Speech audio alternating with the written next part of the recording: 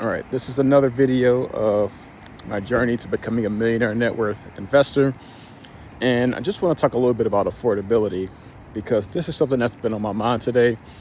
I think it is pretty clear that things are getting more expensive for people across the board, and that these cost pressures, even though they are declining, they are still there because, at least as of today, inflation is still well over 2%, which is the target inflation rate that the Fed has set. And everyday people are feeling the squeeze. And this is interesting because, when you think about how much of an effect this is having on the economy overall, in my view, it's pretty clear that it's having a pretty big impact. Though what's interesting is I read an article from The Economist today that was actually talking about how a lot of this cost pressures that we're feeling are more so made up than anything else. As in, the feeling is actually stronger than reality. And some of the interesting things it points out, I'll just go over those real briefly. But some of the interesting things it points out is the fact that, for one, wages have been climbing over the past few years, roughly locked in step with inflation, even though that can be hard to, feel, right? Or believe, really.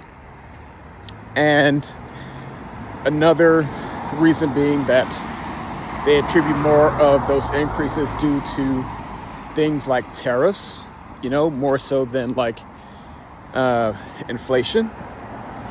And also, one argument that it made was that a lot of the pressures are more so coming from increases in shelter than anything else, and that trying to get shelter costs down will ultimately be very difficult because in a lot of states, right, people tend to live in the bigger cities where all the jobs, opportunities, and action are, and that naturally drives the demand for housing. But when you have limited housing, the prices tend to go upward, right?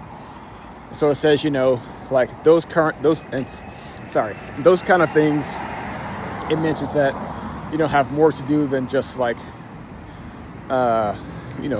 normal price increases across the board, would have to in that sense. So, in my view,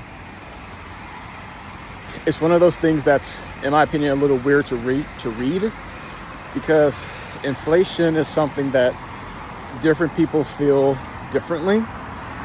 And I think one of the worst assumptions is, for example, when you say, hey, if a lot of these, cost pressure that you're feeling is more so made up, is the fact that I think it also assumes that everyone has been getting ongoing raises equal to the rate of inflation, right? Which we all know is not true, especially now with the advent of AI, right? And how that's going to potentially impact the labor market.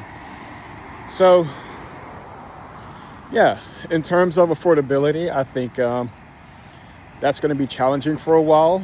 And in my view, one of the things that will ultimately help it just, kind of go away over time is really just time and letting people get notable increases in their wages to where, these new prices don't feel as impactful anymore, right?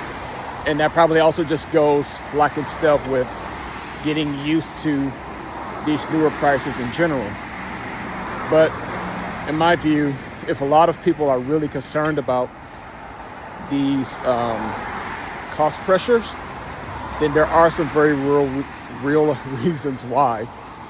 And I think that's something we have to pay attention to, regardless of what the data says, because as we all know, data is very imperfect, right? Because there's all kind of ways to source it.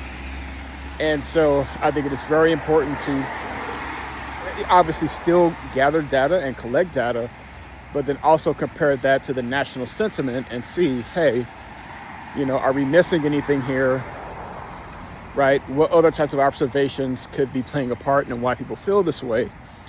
And then ultimately using that to ideally, help guide policy and help more people.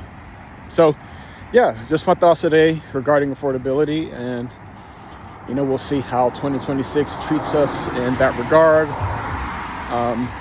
But regardless, at a high level, I do think that these cost pressures are real, and they're starting to slow down in some respects, but still quite stubborn in others, and that we still have a lot of work to do to get people back in a spot where they're more comfortable spending again. So yeah, we'll see where things go from here, and until next time, peace.